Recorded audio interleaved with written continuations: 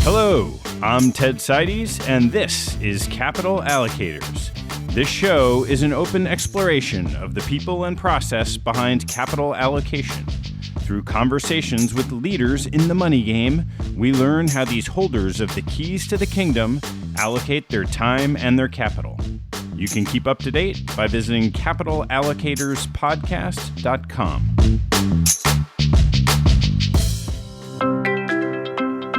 In January, James Aitken told me, "It doesn't matter what you think about ESG.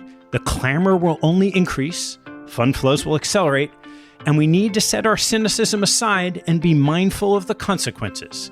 He's going to be with us for a long time to come." Ever since, I've grown increasingly curious about the megatrend of sustainable investing. Climate change dominated the discussion at Davos a few weeks after, and social issues about the treatment of workers are front and center since the onset of COVID-19. This mini-series, Sustainable Investing, The Next Frontier, is my effort to learn alongside you through conversations with serious, passionate practitioners in the field. For the next month, you'll hear conversations twice a week in a familiar style and format, all focused on this important investment area. My guest on the 10th and final episode of Sustainable Investing, The Next Frontier, is Hiro Mizuno, the recently departed Executive Managing Director and Chief Investment Officer of GPIF, Japan's $1.5 trillion government pension investment fund, which is the largest pool of institutional capital in the world. In taking the seat 5 years ago, Hiro sought to change how large asset owners go about investing capital. Our conversation covers his differentiated thought process across drivers of return, the home country bias, implementation of investing, and structural alignment with active managers. We then talk about the universal ownership concept, stewardship of passively managed assets, evaluation of manager effectiveness, ESG integration in fixed income, and the current carbon footprint for GPIF, and therefore for the global economy. Hiro has made a serious dent in how asset owners, index fund managers, and companies consider sustainable investing principles, and was the perfect guest to complete this miniseries, Sustainable Investing, The Next Frontier. Before we get going, I wanted to let you know that we've added behind the episode email to our premium content. Each week, we'll let you know the backstory of the episode, key takeaways, favorite quotes, and what's coming up on the show. You can subscribe to our premium membership at capitalallocatorspodcast.com/subscription signup, or click the button at the top of the homepage. Thanks so much for your support. Please enjoy my conversation with Hiro Mizuno. Hiro, nice to see you. Very good to see you. Why don't we start with just your personal background in investing? I started my career right after my college degree with the Japanese Trust Bank. So I started with the the retail banking service. And then I was sent to London as a young trainee during Japanese bubble economy. And it's a crazy time. And then I came back to Tokyo and I did some of the cross-border aircraft lease financing. And then I went to Kellogg for MBA. And then after that, the Trust Bank that gave me a mission to study what they can do and what kind of investment or finance they can do in Silicon Valley. So I went to Silicon Valley, and again during the tech bubble or dot-com bubble time. And then I moved to their New York office to do some of the securitization investments and loan trading and a lot of those things because the Japanese bank rotate people inside of the organization. And then after actually 9/11, I decided to do something different. So I received the offer from the private equity fund called Capital based in London. So I decided to move to London and work as a partner for that fund more than a decade. And then 6 years ago, the Prime Minister Abe came back into his office for the second time, and he wanted to totally refurbish the pension management scheme of Japanese public pension funds. So I was invited and asked to come back home to run the GPIF, Government Pension Investment Fund. After serving in that position for 5 years, I just left and retired last March. So that's how I'm here. So how did you get tapped of all the people in Japan to be the head of this massive pool of capital? I think the government is actually looking for somebody who can really bring change. And I don't think they are expecting the change actually I brought in is the change they were expecting. But I think there's some consensus in the government that the recruiting from the traditional Japanese financial community probably not going to bring the change to such a bureaucratic organization like GPIF. So you show up and this is roughly $1.5 trillion pool of capital. How did you think about how to manage such a large pool?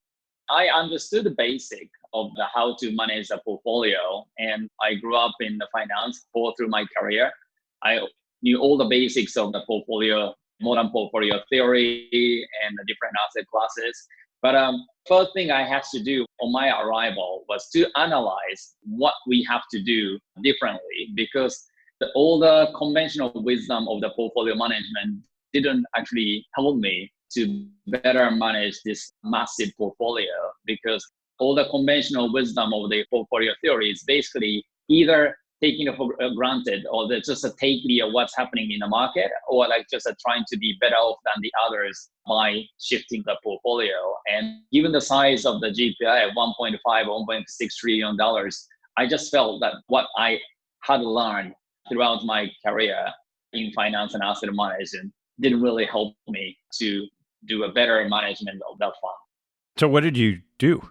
So in a way, I try to analyze the business model of the GPIF, as given my career in a private equity, analyzing a business model is actually one of my expertise. So I try to analyze the business model of the big asset owners, ranging from the Canadian to Norway and some of those like a small state pension fund in the US. And I concluded we just need to change our approach. All the advice that I was receiving and my team was receiving from the investment consulting is basically just how to slightly better off than the market. But my conclusion was, if I look at the long-term performance of all the big asset owners, I mean, big or small, their performance pretty much dictated by what happened to the global economy or the global stock market. I concluded that we probably think the way to change that or make a contribution to change the global capital market more sustainable, rather than trying to make our portfolio more unsustainable capital market, which doesn't appear to be realistic. So that's the first thing I have done. And the more and more I studied how the other big asset owners managing their portfolio and compare their different approaches, whether they're active or passive or private or public, more and more I was convinced that our portfolio performance, particularly long-term, is actually the product of what happened to the global economy. So we just need to make sure that the global economy and the global capital market remain sustainable. So that's where I started. It sounds like you just go ahead then and take a stock bond mix and index it and play a lot of golf. I ended up being much busier than you described. Well, the point is, most of the big asset owners, let's take public pension fund as an example, GPIF, CalPERS, CalSTRS, and all the big public pension fund. Their most critical decision in terms of the financial performance or their portfolio performance is not actually decided by executive team or investment team. And most of the organization, that's decided at the more high-level governing body, like a trustee board or the investment board or whatsoever, or like in some cases, like a GPIF, is actually decided by the ministerial level, right? So that's what I found out is I call this a sort of inconvenient truth of our structure. That what's most mission critical decision is made by usually non-investment professional receiving advice from the investment consulting or something. But what the real investment team is doing by tilting the asset allocation or like deciding passive active mix, also selecting managers, and some of those like the big pension funds, which has a sort of a better resources, they take some investment in-house, but it's those actions or like those decisions made by investment professional, including a CIO, is actually make much less difference to the fund's performance for the long term. So you are right in a way. How hard the CIO, like investment team, works managing the portfolio, trying to adjust to the market conditions. Well, it makes difference, but compared to the difference made by the very high level policy asset mix decision is very marginal. So the one way I could have said that I don't have much to do, so let's put it in the index and I go to play golf and then the rest on the beach. And I actually joked about it with my team because when I had a huge debate about how to select the managers, how to bring in the different strategies, I said, I thought it makes very little difference. And I put in an index and I go on a rest. And maybe, that this year we made a huge return, much better than compared to the required return. So we put everything in the index, go to the beach, right? So that's the extreme way to provoke the internal discussion. But instead, what I decided to do is I tried to change people's mindset. We had been spending a lot of time and energy on something which actually makes marginal difference. Why don't we try to spend the time to make the real difference, which is trying to contribute and do things to make the whole capital market more sustainable? So that's the beginning of our journey and my journey. And that decision actually made my life much busier than I thought. So before we get into that piece of the journey, just to set the table, where did some of those key kind of the asset allocation come out when you arrived?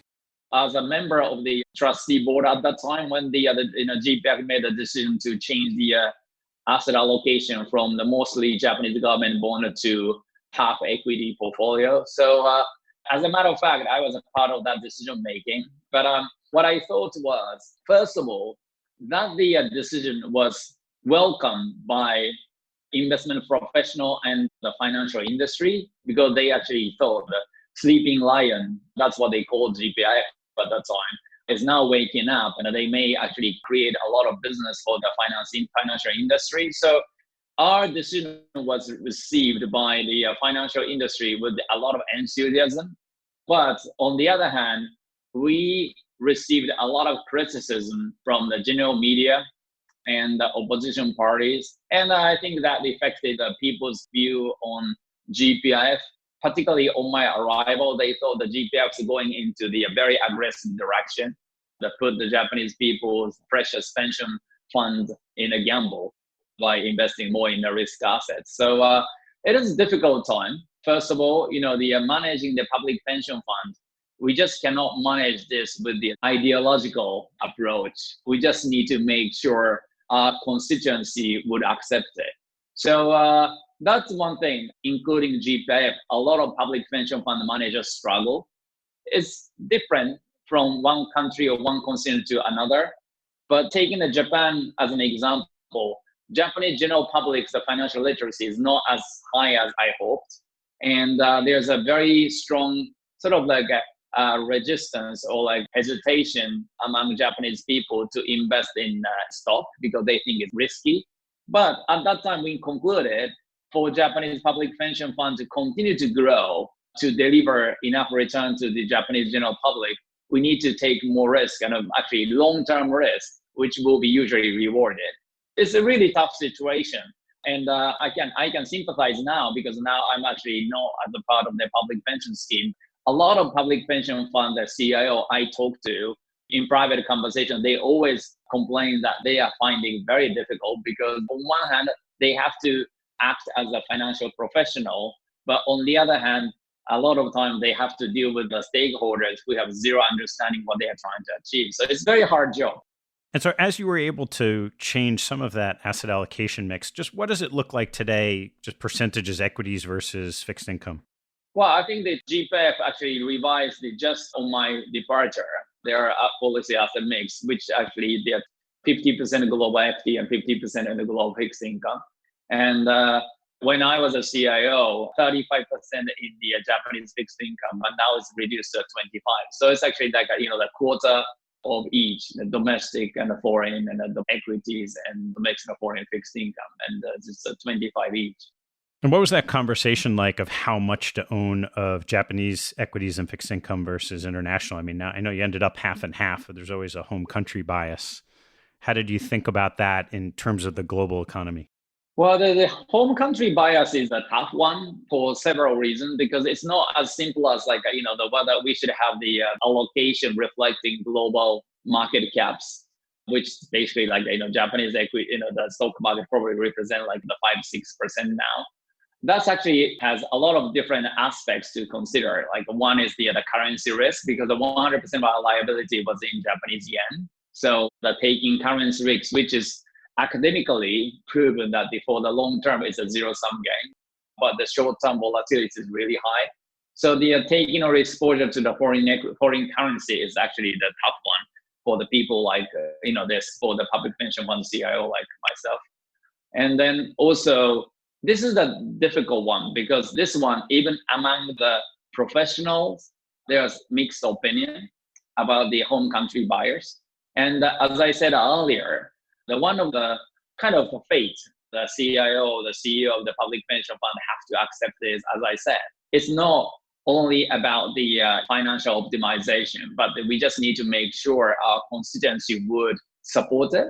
So the reducing the Japanese stock allocation requires a lot of like hard work to actually explaining to Japanese constituency, including political leaders. So I think the home country bias is not as simple as what is the best portfolio mix in terms of long-term performance. And also the view can argue that whether the stock market of today is the best measurement performance for the long-term future, because GPIF, the investment time horizon, is actually 25 to 30 years when they decide the policy asset mix. And I really don't think the stock market is actually has that kind of long-term time horizon in today's the price discovery process. So the home country bias is something like, I always get so excited. One of the most difficult discussion points for public pension funds. I mean, the US may be okay because you have a huge capital market domestically, but for the other pension fund, it's actually a tough one. And I'm actually personally a supporter of the home country bias, given those like different factors to consider. And how about the active passive mix on a pool that size? Well, we used to have 80 to 90% of the total fund managed passively.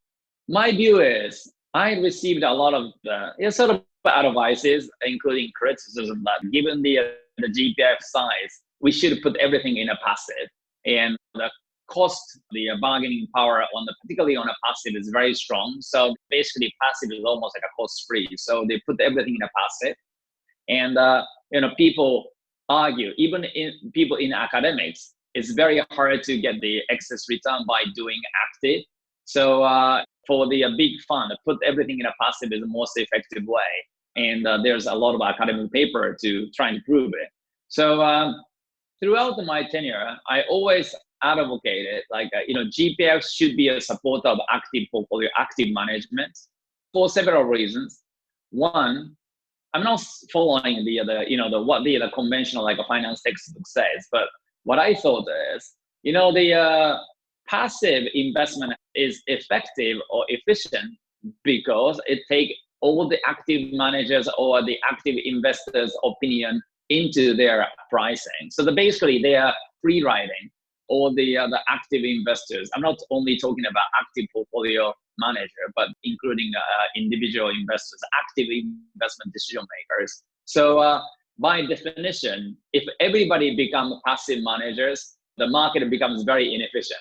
We need to keep active investors' activity to make the passive portfolio, the passive strategy efficient. So it's a bit of like, the self-contradictory statement. But I keep telling the people, we have to depend on the passive. And for the passive to remain efficient, we need to promote the active investment in a stock market.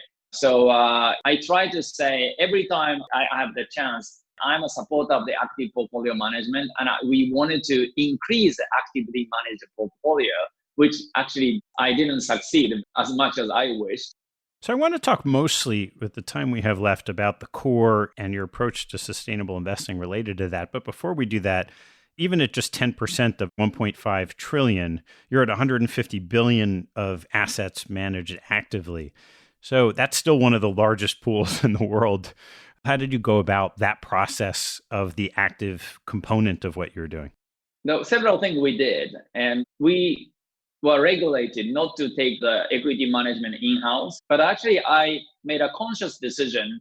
GPIF should focus on how to optimize or like create the mutually beneficial partnership with the active managers. So I introduced several new initiatives, basically just to achieve that. The one is we always have a big debate with the active asset managers, like about our fee level, because they continue to complain the GPIF fee is too low. But from my perspective, almost 20 years of GPIF, the active experience using the active managers. And if you look at the list of our active managers, you name them, they are all brand names, right? So the GPIF's brand name active managers portfolio delivered zero alpha net of fee over almost 20 years of GPIF history. So I concluded, you guys keep complaining about the fee is too low, but if the net of fee, as a group, you don't deliver anything additional to the passive portfolio. And then I wonder how you can just complain that our fee is too low. I don't have a wallet to just pay you. So that if you want me to pay more, just shift to the performance-based fee arrangement. So GPIF basically proposed that all the active managers change their fee structure to almost fully a performance-based fee with the low base fee, which is as much as we would pay to the passive managers, because that means if they don't deliver any extra return, they are just as good as passive managers, right? So that's the new fee structure was actually made a big difference, because before the introduction of the new fee structure, I always thought the asset owner, we are told by actually the advice by the investment consultant, sophisticated asset owner is the one who monitors the asset manager's activity on a sort of daily basis and keep an eye on what they do. But I just thought, reality, the information asymmetry as well as the experience asymmetry, expertise asymmetry, we really cannot make the effective monitoring of asset managers because they are much more sophisticated, much more informed. So I concluded we just need to make sure incentive structure should promote alignment of interest between GPIF and asset managers so that we don't need to get hands-on on what they are doing and not to intervene, because I saw a lot of intervention by asset owners who are less experienced because they are concerned or they are worried. They put too much restriction on the asset managers' capacity. So those kind of things, after the introduction of that fee, it's kind of disappeared. And when we introduced that fee structure, that made a headline with the how low our base fee was. But what the most important aspect of that fee structure is, one is about the alignment of interest, and the second is the alignment of interest for long term. So including GPIF, a lot of asset owner talks about long termism, and people are talking about the problem caused by short termism of the investor of the stock market. But in reality, I was able to sympathize that the asset managers having short-termism because none of their clients give them a long-term contract. That's actually came from my private equity experience, because when I was managing private equity fund, I had a 10-year commitment from the customer, right? So I don't need to worry about a quarterly performance or like a monthly performance. And the people usually don't intervene what I'm doing on a daily basis. If I look at the practice of the public equity or the public fixed income, that's not the case. And the asset manager, asset owners, we talk about long-termism, but our practice doesn't reflect it. So as a part of this new fee proposal, we also told the managers that from then on, we only retain the asset managers who we are convinced to give them like a 5-year or like a multi-year contract. We are not going to put the managers in a situation like their performance is reviewed by quarterly or like even annually, so that they have clearly understand GPIF is a long-term investors and that they have to manage with that kind of time frame in mind. So after we introduced that, we got the more confidence that we aligned with the asset managers. And then also that the fee structure gives us much better chance to outperform the passive. Because when I look back, why we didn't outperform the passive portfolio, although we chose all the other brand names of the active managers, was we pay too much when they don't perform. If we don't pay too much when they don't perform, but we pay much more because we gave them very generous participation in their alpha. So that increases the chance of the GPIF, the actively managed portfolio, beat the beta or like a passive portfolio. So we simulated, and I think introducing the fee structure only improved the chance of creating net of fee alpha by almost like a 30%. So those kind of things gave us a confidence. I actually challenged it. We retained the top investment consultants, and also my team worked so hard to select the good active managers and mostly brand names, and still we didn't get any extra return net of fee. So my argument is, rather than reflecting we are not as good as somebody else, we should change the root of the game. So we did it. And then now they should be more confident they can increase active portfolio, because this is a kind of the virtuous cycle. If the active portfolio performs better, net of fee, yeah, of course they have the wallet to pay to hire the additional asset active managers. So it's a kind of like a cycle. You really cannot, but I needed to create that cycle to really change it. Now, you talked about the core of your efforts, really owning the global economies and global markets and doing what you could to improve their performance. So at what point in time did that turn into this notion of sustainability? When I analyzed the long-term performance of the big asset owners, as I said earlier, I concluded whatever we do, our performance is mostly dictated by global economy or global capital market we invest in. So we just thought, rather than trying to beat the market, that's the kind of the conventional, like a traditional, the way to evaluate our performance or like asset managers' performance. Rather, we should contribute to make the whole capital market more sustainable. So we just came up with the concept of universal ownership. That's a concept which actually written by some of the financial academics many, many years ago. But according to Howard Watson, GPIF is probably the first one trying to bring it into the practice. So we basically just said, we are owner of the capital market universe. So we are universal owner. So our job is not to beat the universe because we cannot. So let's see what we can do to make that universe better. And then as you asked me, the sustainability concept came in to that concept, because once we started looking at how to make this capital market better, we need to think about what's the foundation of the capital market. And the foundation of the capital market is basically the society and the economic activity of private sector. And then also the policymaker as they are also the debt issuer. So we just basically came up with the concept of, for our portfolio to become sustainable, we need to make sure the capital market to be sustainable. And for the capital market to be sustainable, we need to make sure society must be sustainable. And for the society to be sustainable, we need to make sure the environment must be sustainable. So that high-level framework we came up with, and we started taking action to promote ESG, because that approaches all those different layers of the structure I just described. So as you walk across the asset classes, and maybe we'll just start in public equities, as you mentioned, much of what you were doing was in index funds. So how did you take those principles and integrate it into the investing?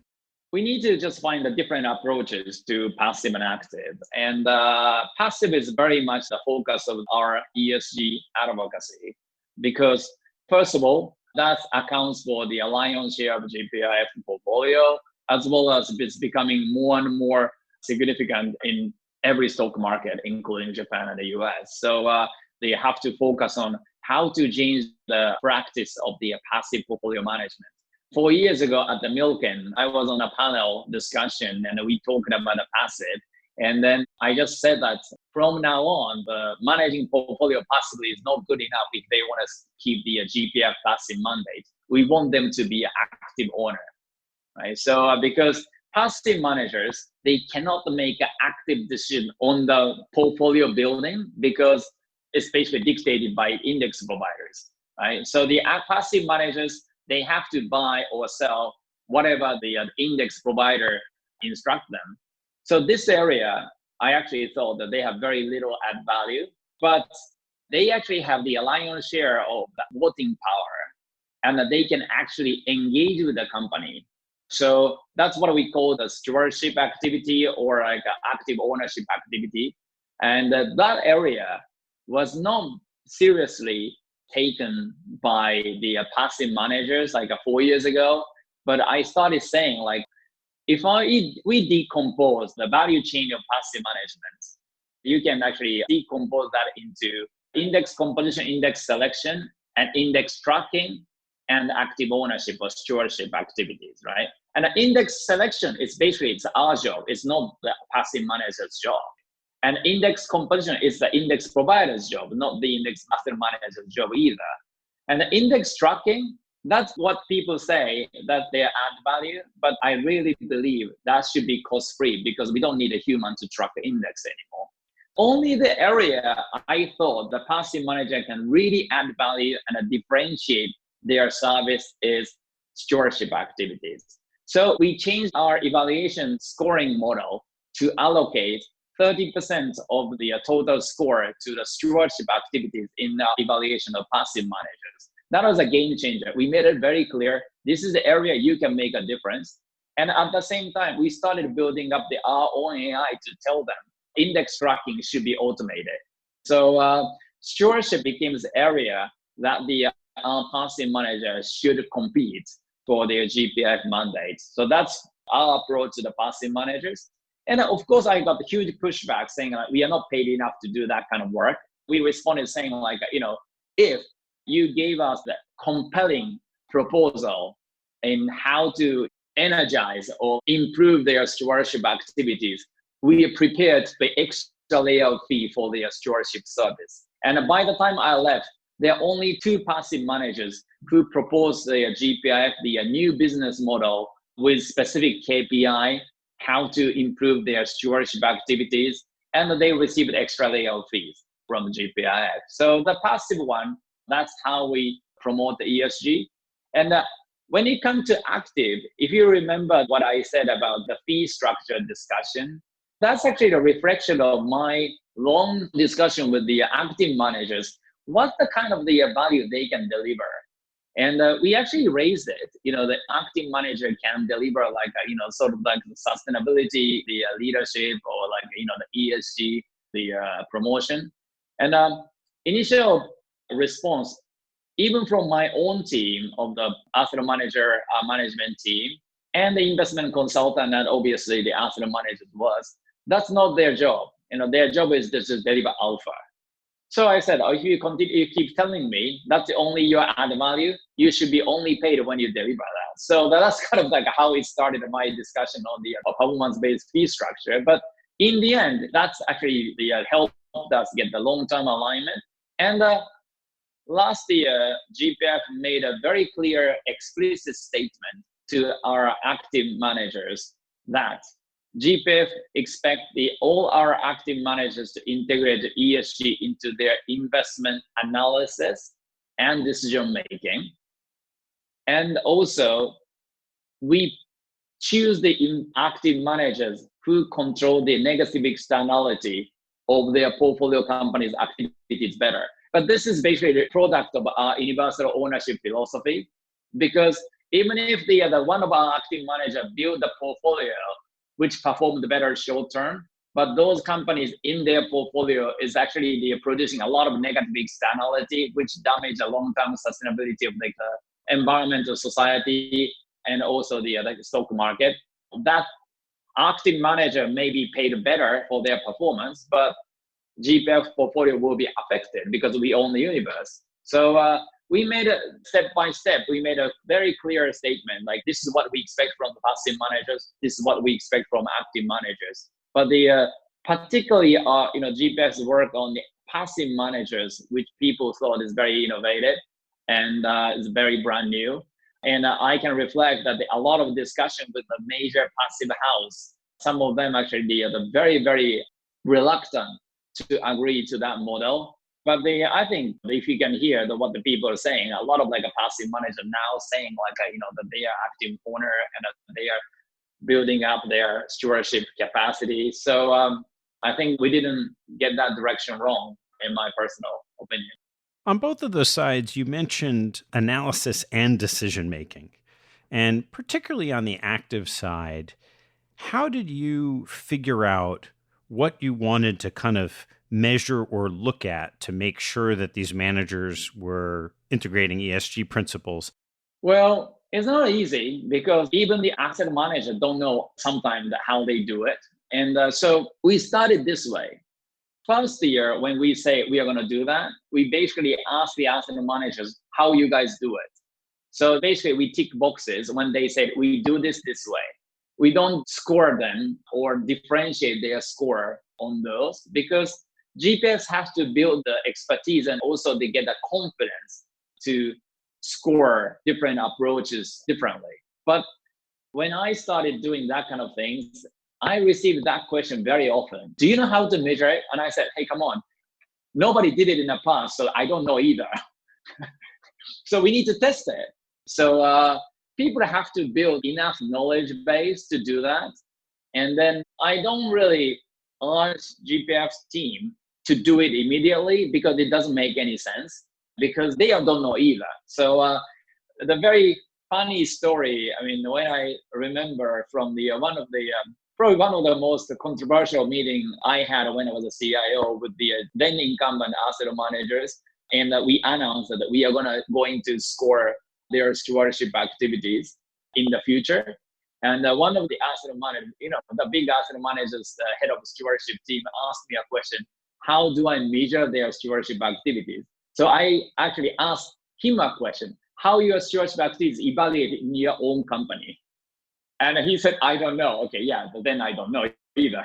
Right? So this kind of things, I mean, I always find that this industry, we are very afraid of doing something new without having a clear concept of a measurement and standardize the data set. But I always think that in real world, you need to start it. But when we started, we need to make sure that we don't overdo before we get the confidence or knowledge. Kind of like took pretty much 3 years. First year, just tick a box. Second year, we started comparing. Third year, I mean, the people started having an opinion, which one works better or the worse. But that's a continuous process, particularly when we start evaluating new things, it's still hard. So even for analysis, I really cannot tell you, I had enough confidence when I left that the GPIF can really evaluate the different analytical approach, but I was getting there. And about the investment decision-making, this is even more difficult. But some of my staff told me, like, Mr. Mizuno, this firm, they say they do ESG analysis, but hearing how they make a decision in investment, there's no real communication between like their ESG team and the portfolio managers. So they can sense it. But the reason why we were very explicit about an investment decision is simply, I was getting tired of a lot of asset managers keep telling us, we do this much analysis in ESG, and we do this much analysis on this, and we hire this, we buy this information set. And I said, and in the end, I said, how do you use it for investment decision making? And then a lot of the asset managers became quiet. So I said, okay, if you use it for analysis, but you don't use it for your decision making, what's the point? So that's why we wanted to make it very explicit. When you say you analyze it, we expect to use it for your investment decision. So that's just a kind of stating obvious, but that's exactly how also we serve on a PRI. I serve on a PRI board, and that's the definition of PRI of the ESG integration. So we are kind of copied it. As you're investing in managers and trying to nudge them in the direction of integrating ESG and measuring their externalities, how did you view the impact those managers were having on the businesses that they're investing in? Well, I think that's increasing. The passive manager used to be just a silent investor. I now serve on the several corporate boards, and I heard a lot like, the passive manager used to be very easy ones because they actually either just follow the ISS and the grassroots type of the proxy voting advisors. But now they actually have they seem to have their own opinion. And they actually tend to hold the actually much more voting power compared to the active houses. So their impact or influence on the corporate executive has drastically increased. And now what I'm saying is, as your influence increases, the more responsible you have to become. So this is the one thing we have to be very careful is when GPIF push the asset managers more proactively or like more actively engage with the portfolio company's executive, that's take up a lot of executives' time. And we need to make sure our asset manager don't waste the portfolio companies like the CEO's time, and that you be use it to promote the long-term sustainability or like promote the long-term sustainable growth of that business. So that's something we kept saying to our active passive managers. And for active managers, again, this is one of the dilemma I face. The active managers, their principal or like a primary mandate is to make a extra return, all right? And then that's why their portfolio managers seems to have much stronger say than their stewardship expert or like ESG analysts. And there's a lot of time we observe their stewardship team or like engagement manager go to meet the CEO without even knowing whether their fund actually owns that company, because the fund manager trade in their own discretion. And then the engagement manager meet the CEO, talks about the long-term sustainability issue. It doesn't make any sense either. So I started raising the sort of kind of scrutiny into how the active managers, their engagement with the company and their portfolio decision is actually linked, which so far doesn't seem to be very well coordinated.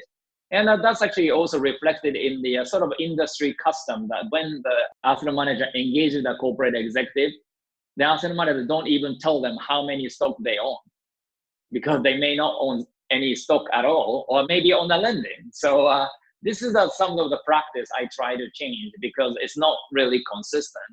How did you think about influencing the capital markets and economy with your fixed income investments?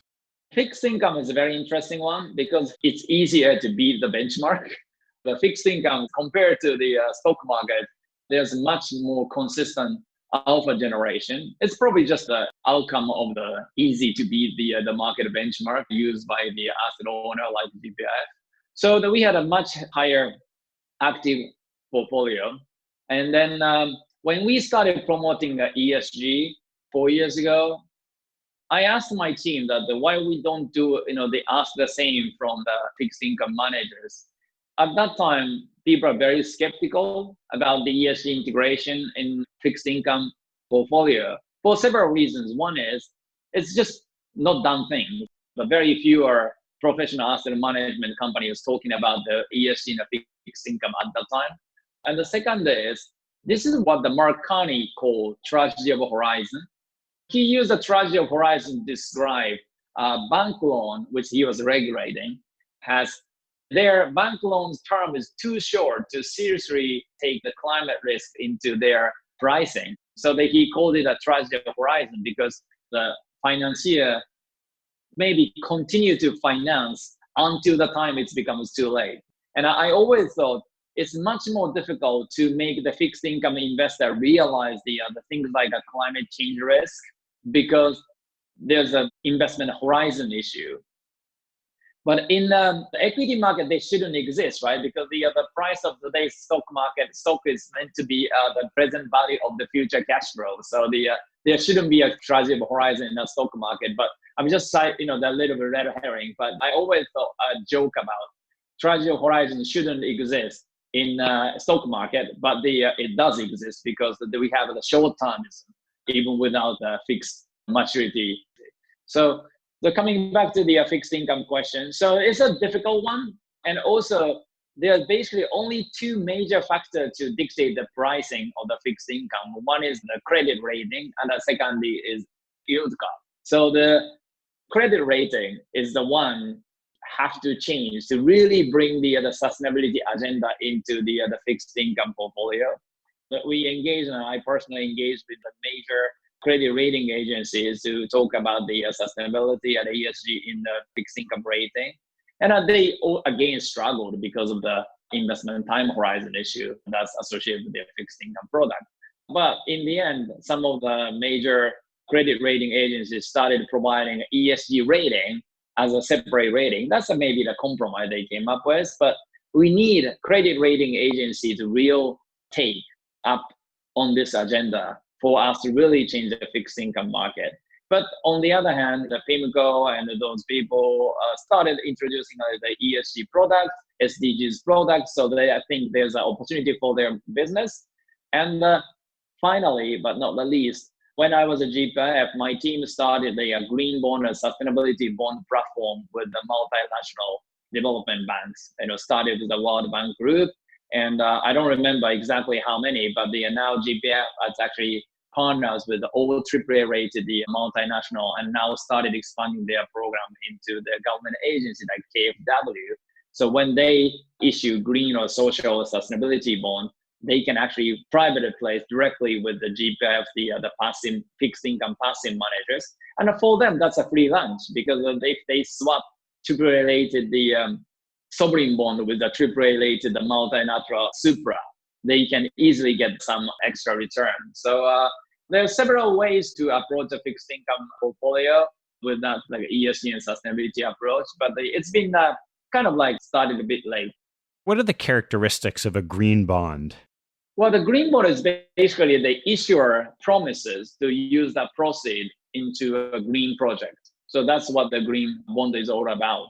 So when the World Bank says we are issuing green bond to finance the green infrastructure, and then there's a lot of the, and then it comes with the two merits to active managers, right? One is that that's a kind of a easy way to get the alpha, and the second is they get the brownie point from GPIF. As we say, we want our portfolio greener, even in a fixed income portfolio.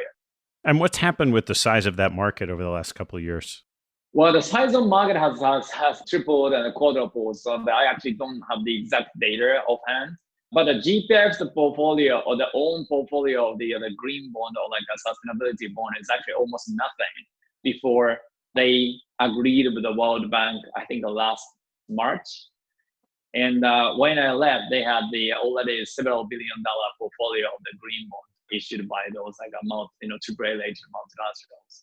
So if you look back now as you stepped away over the last 4 years and you've been bringing these ESG principles into this huge portfolio, when you add up all the impact, what does the GPIF portfolio look like on its, whatever it is, carbon footprint or the things that you can measure? Well, as sort of how much of the portfolio still managed passively, we just cannot drastically reduce the carbon footprint of portfolio. Rather, I actually refuse to actually compete for less carbon footprint from the GPIF portfolio because we can easily reduce the carbon footprint of the global portfolio by divesting some particular like a carbon heavy industry. But given our universal ownership approach, it doesn't make any difference because when we sell the carbon heavy industry or like, maybe divesting coal or divesting tobacco or whatever the divestment strategy some other ESG investor take. I don't criticize for them doing it because they have on their own strategy. But from universal ownership, like a perspective or like following our philosophy, it sounds like we are passing ownership of those problematic business to the people who don't care about it. We don't want it to reduce the carbon footprint by divesting carbon heavy industry because it doesn't reduce the carbon footprint of the world anyway. So instead, GPIF started reporting in compliance the TCFD, Task Force for Climate Financial Disclosure. And I call it a litmus test because GPIF has one of the most sizable and most globally diversified portfolio. So the carbon analysis of the GPIF portfolio is actually the analysis of the global situation. We just cannot create a carbon-free portfolio in the world which is not carbon-free. So the GPIF, the carbon analysis or like a sustainability analysis, is kind of like a litmus test of where the world is heading. Unfortunately, last year we used the T-safety framework and came up with a conclusion that our portfolio on the path of the 3 degree instead of 2. And that means world is on that trajectory. So rather than trying to rebalance or tweak our portfolio to make our portfolio look better, we just remain as the owner of the universe. And we keep just sending alarms to the world, like, our portfolio is looking like this, and that means the world is on that trajectory. So when you look at that assessment, which is pretty sobering, certainly from the climate lens, what kind of conversations did you have both at GPIF and then with other sort of giant asset owners around the world about how to make a dent in that problem? Well, I think climate change and some other like a sustainability risk and or inclusiveness risk as well, like gender diversity or other diversities, which are becoming the hot topic in the US now. I think there's the building up sort of like a consensus by long-term investor, particularly big asset owners. We need to proactively approach those issues to make our portfolio sustainable. So I actually sense that the more and more asset owner is agreeing to our philosophy. So universal ownership philosophies, which when I started using like 5 years ago, nobody was using it. But now I hear universal ownership or universal investor vocabulary everywhere when the big people like CalPERS talk about their strategy and some others as well. So I just sense that the timing is maturing for us to make a very clear statement as an asset owner, as a guardian of long-term capital or retirement benefit. So just before I left, we came up with the idea of like the asset owner letter jointly signed by other big asset owners to basically send a message to the world, both to the asset managers and also the other portfolio companies, what we expect from them. But what is most important aspect of that particular letter, which is available in the GPIF and the CalSTRS and the US's website, I guess, is now signed by more than the dozens of the asset owners. Have one new aspect or like a new concept in that, which is asset owner's responsibility. Because the asset owner, we always talk about our entitlement as an owner. But on the other hand, we usually very, very reluctant to talk about our responsibility as an owner. And that letter trying to make that statement too. I want to turn to some closing questions, but I think now that you've stepped away, I'm really curious, what's next for you? I actually decided to push this agenda, like an ESG agenda, in my post-GPIF life.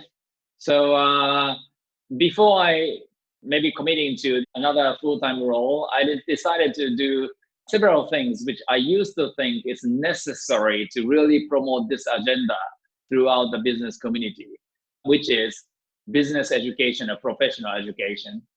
As you probably see, some people may see my Twitter account, but I agreed with Harvard, Oxford, and now Cambridge to become their executive fellow on the agreement so that I can contribute to bring more sustainability ESG agenda into the MBA curriculum.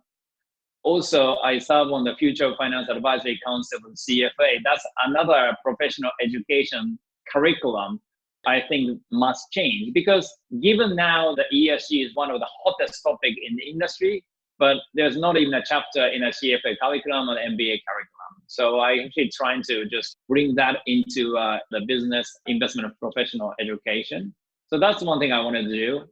I recently joined the Tesla board, and I actually may join several others. I think we need to continue to push this agenda of sustainability and inclusiveness. There's different approaches we can think of. And the one way to bring in more technological innovation to make it happen. The other thing is actually change the people's mindset or like a cultural aspect of our society. So those kind of things I'm actually trying to commit some of my energy while I'm actually taking advantage of not committing to full-time operational role. If you look out 5 or 10 years at this landscape, the ESG landscape, what do you think it looks like? My hope is in 10 years' time, these ESG will become not the debated subject among financial professionals. We just take it for granted. These are the factors that affect every single aspect of our investment or financing activities. That's what I hope.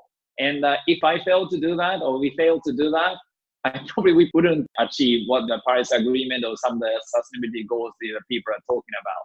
All right, Hiro, let's turn to some closing questions. What is your favorite hobby or activity outside of work and family?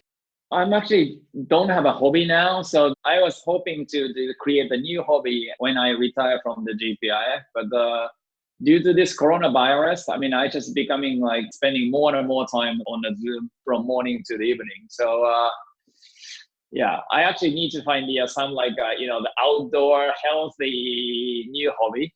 I'll report back to you when I find one. What's your biggest pet peeve? That's another thing I don't know. Well, what a boring person I am. Okay, how about anything on the investment side that really annoys you? I really cannot live with the sort of kind of hypocritism, or like I actually always struggled with the gap between what they talk and what they do. I actually observed throughout my time at the GPIF, there's a lot of inconsistency in the practice, what we do. So that's something. And then the other thing, finally, we are now seeing the very hot stock market. And again, we are actually deploying all the monetary and the fiscal policy to ease pain.